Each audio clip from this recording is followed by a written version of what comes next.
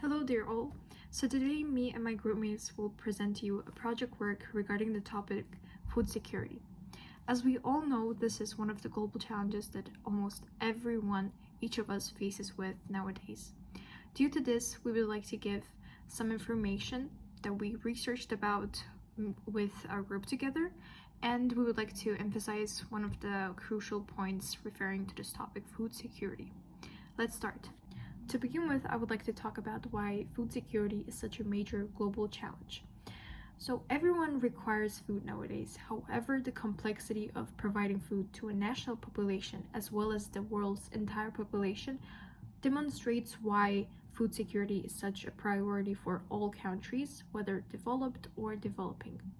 In brief, this is a global challenge as it affects practically every aspect of economy and society, not just food and feeding people.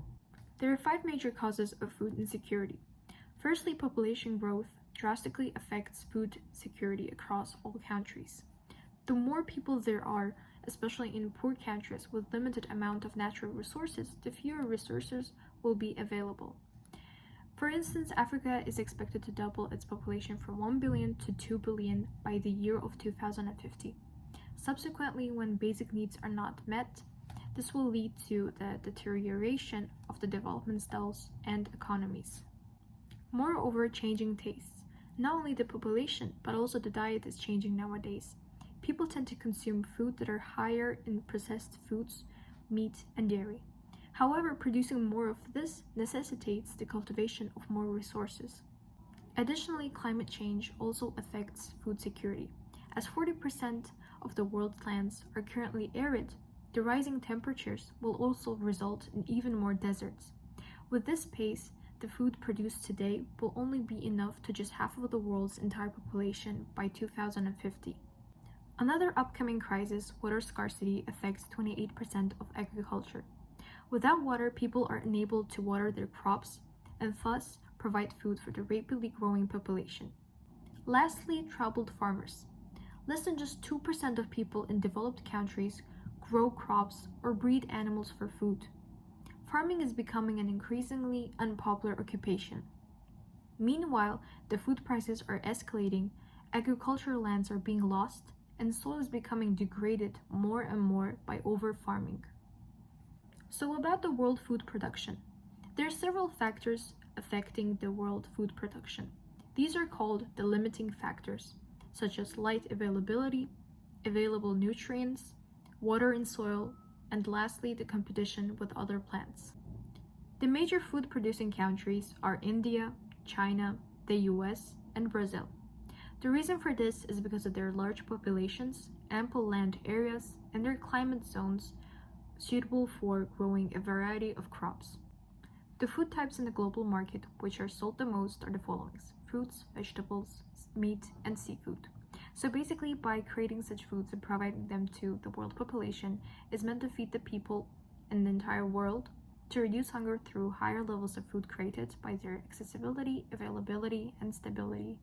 So last but not the least, I would like to give more information regarding the patterns of food supply all across the world. Different foods come from different countries. Asia produces sugar and cereal crops.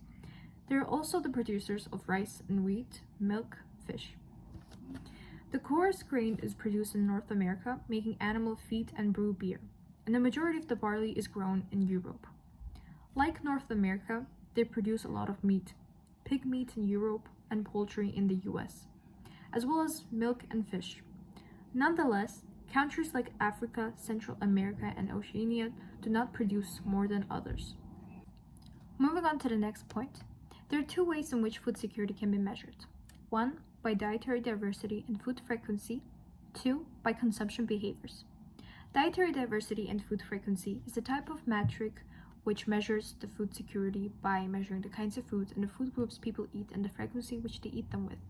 On the other hand, consumption behaviors is the type of one which measures it indirectly, measuring its behaviors relating to food consumptions. Healthy and sustainable diets. Food access. So, investigate the importance of healthy food for a human organism. Healthy food gives you the required energy to stay active, and additionally, they provide necessary nutrients for growth and repair, assisting in staying strong and healthy, preventing diet-related illnesses. Also, healthy food can help to maintain a healthy weight. What about investigate the organic and junk foods?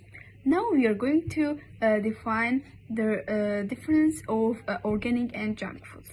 Organic food, which means grown without the use of synthetic chemicals, don't contain GMOs, which means genetically modified organisms. But junk foods, high in calories from sugar and fat. As given from the definition, organic food are much better, and they contain more nutrients and less toxic substances. Let's continue. Now we are going to relate the COVID-19 and food system resilience. COVID-19 has had a significant but uneven impact on the food system. Overall, the effect on food systems, poverty, and nutrition have been due to the generalized economic downturn and disruption in agriculture, agri-food supply chains, food system, and climate change. So, what's the relationship between them?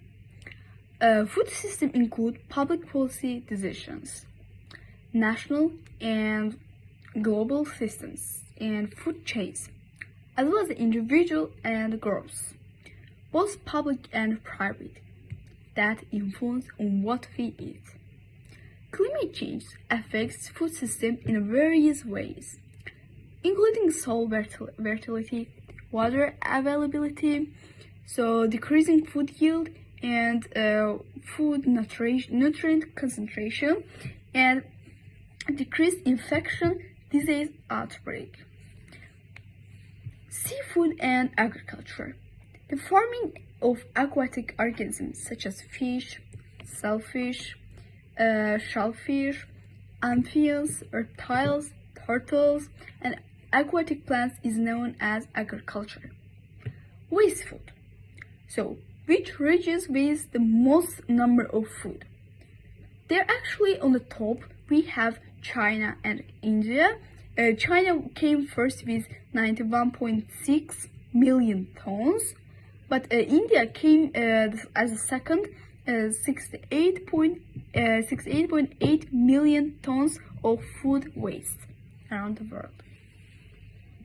TNC, transnational corporation that has their part of their business in more than one country, such as Nestle, Nutella, McDonald's, Burger King, and so on. The General Assembly that adopted for 2030 Agenda for Sustainable Development in 2015, which includes 17 sustainable goals like SDGs. The agenda emphasized a holistic approach to attaining a sustainable development for all. The goal is achieve food security, end hunger, improved nutrition, and sustainable agriculture. When food is scarce or distributed inequitably, food riots happen. That can be brought on by things like rising food prices, traffic problems, food harvesting, or etc. Everyone is aware that food riots have existed for centuries and still do today. It's possible to provide numerous examples about that.